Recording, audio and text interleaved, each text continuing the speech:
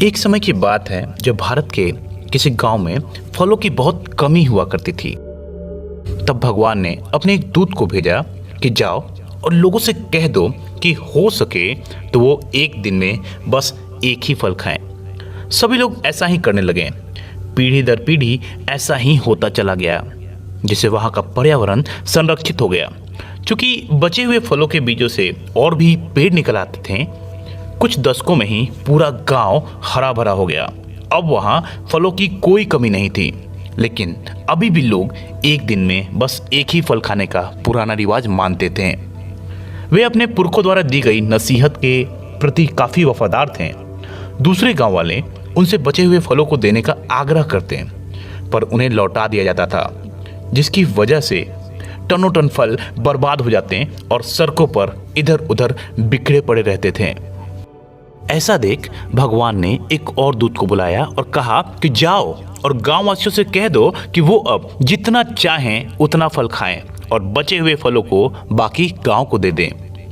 दूत ये संदेश लेकर गांव पहुंचा, लेकिन उसे पत्थरों से मारकर गांव से दूर भगा दिया गया।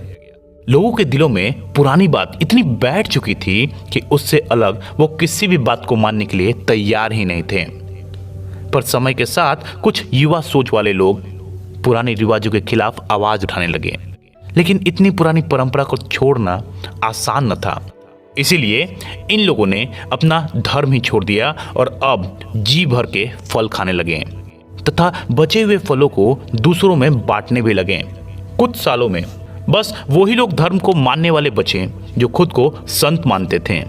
लेकिन हकीकत में वे ये नहीं देख पा रहे थे कि दुनिया कैसे बदलती है और कैसे खुद को समय के साथ बदल लेना चाहिए। हमारे यहाँ बिल्ली के रास्ता काटने और कौवे के काँव काँव से लेकर जात पात और ऊंच नीच से जुड़ी अनेकों मान्यताएं हैं, जिसका आज कोई अर्थ नहीं है। जैसे इस कहानी में इन चीज़ों को मानने वाले खुद को बड़ा धार्मिक और सबसे बड़ा संत समझते हैं, ठीक उसी तरह हमारे समाज में भी ऐसी बातें मानने वाले खुद को बड़ा पवित्र और ईश्वर की संतान मानते हैं, जबकि हकीकत कुछ और ही है।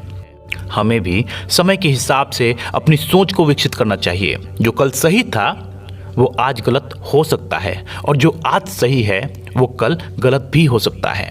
इसीलिए हमेशा खुद को समय के साथ बदलने को तैयार रहें, अन्यथा आप पीछे रह जाओगे और दुनिया आपसे कई गुना आगे निकल जाएगी। वर्तमान की परिस्थितियों को भी देखें तो कोरोना ने हमें बहुत कुछ सिखा दिया है कि कैसे हम घर बैठे भी बहुत सारा पैसा कमा सकते हैं, जो कि कोरोना आने के पहले असंभव सा लगता था।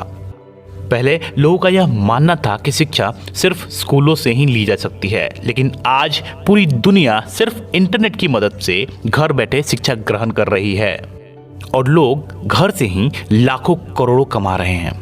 तो आपको भी समय के हिसाब से बदलना होगा, पुराने नियमों को बदलना होगा, नए नियम बनाने होंगे। श्री कृष्ण भी कहते हैं कि नए निर्माण के लिए पुरानी चीजों का ध्वस्त होना अनिवार्य है। तो अगर आप अपने जीवन में सफल होना चाहते हैं तो खुद को समय के साथ बदलने को हमेशा तैयार रहें। नई चीजों का स्वागत करें, नव निर्माण को प्रोत्साहित करें।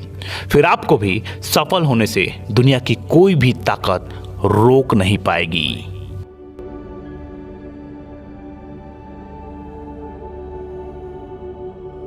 धन्यवाद।